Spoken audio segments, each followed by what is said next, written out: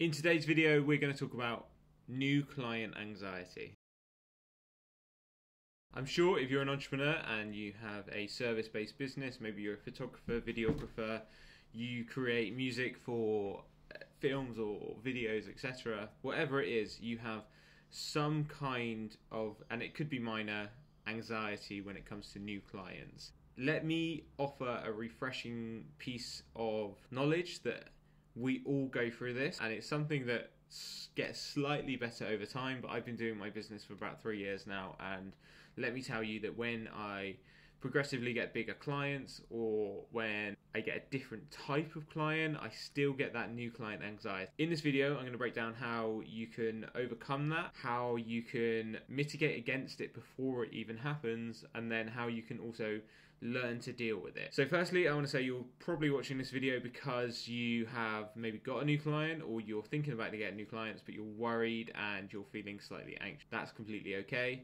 This is the complete reason and the premise for this video, so that you can overcome that and hopefully win new clients, win bigger clients, and grow and develop your business. I'm going to try to stop being so handsy. So let's talk about why we would get anxious when it comes to having a new client.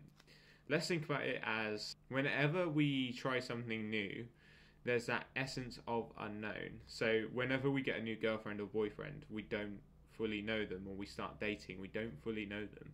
Whenever we start a new fitness regime, so we maybe join a gym or we join a club, we don't fully know what we're going to anticipate, and it's this anticipation that leads us to feel anxious. So it's a completely natural state that our body puts ourselves into, because before, when we were trying out berries or we were trying to find a new location when we were hunter-gatherers, it served us really, really well.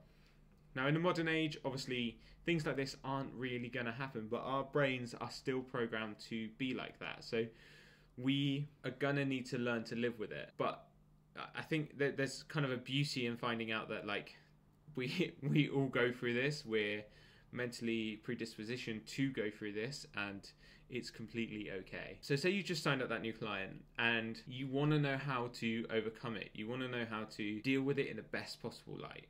Firstly, I would say write down all your anxieties, write down everything you're feeling, completely do a brain dump of everything that is going through your mind at that moment in time, as this will then give you clarity and allow you to take a different kind of approach to looking at how you're feeling, because it can feel overwhelming when you are buzzing full of ideas and you've got loads of different causes of stress inside your brain. Whereas if you can relay this all onto a piece of paper, so maybe it's like, I don't know so for a videographer it would be like, I don't know the best place to shoot, or I don't know the best place to have sound design. Is it going to sound good? Is it going to sound echoey? What can I do to mitigate against this? And these are all ideas that will be ruminating in your head. So you need to take a pen and a piece of paper and just write it down.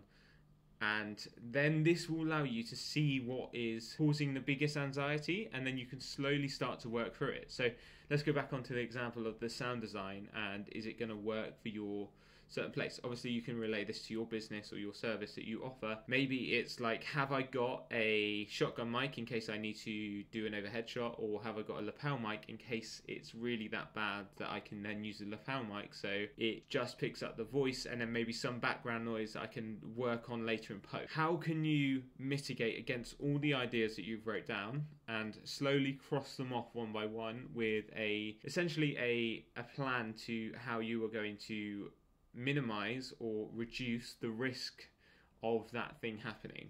You want to work through this, work through the whole list. It will take a little bit of time, but maybe set an hour or two aside, and this will just help you to sleep well at night. It will help you to have a clear head, and trust me, the client will like it that you're that prepared, that you're that meticulous, and that you're thought about all these processes that might need to happen when it comes to shooting or to dealing with the new client. On a kind of bigger level, ways that you can deal with anxiety in general are making sure that you get a good night's sleep. Another way is making sure that you eat a healthy diet, and then another way is to make sure that you are doing the tasks that feel the most important to you. So Maybe if you know you've got a new client coming up or you've got a new meeting to deal with that client, don't necessarily spend time on social media or doing busy work answering emails.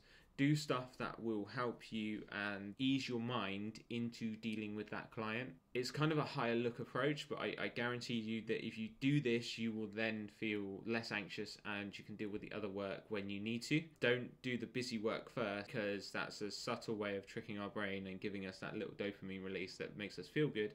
But then ultimately the anxiety and the overwhelm builds up and it's a downward spiral from there. So try and mitigate against it before you even start anything else. I want to say good luck with your new client. I want to say thank you so much for watching this video. If you want any more advice or you just have any questions, please let me know in the comments below and consider subscribing down below. That would mean so much. I've started to grow my subscribers, so if you could be part of one of those, that would mean definitely so much. Thank you for watching.